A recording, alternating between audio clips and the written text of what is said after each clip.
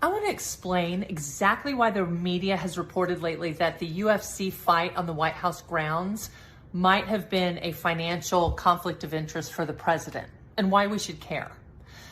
This is a different question from who paid for the event, right? Even if UFC or corporate sponsors paid for the whole kit and caboodle, that only answers the taxpayer cost question. It does not answer the question of the conflict of interest thing.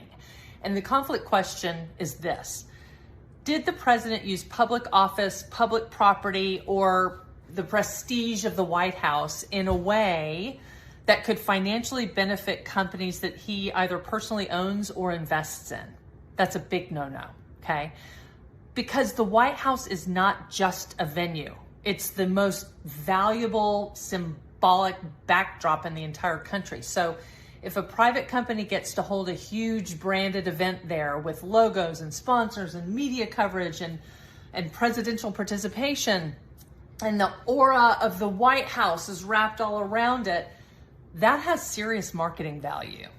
And if the president owns stock in the UFC's parent company or in any of the corporate sponsors whose names were displayed, then he may personally benefit from that value, right? That's the conflict. It does not mean taxpayer money was necessarily spent, and it does not automatically mean a crime was committed by the president, but it does mean the president may have violated ethics rules.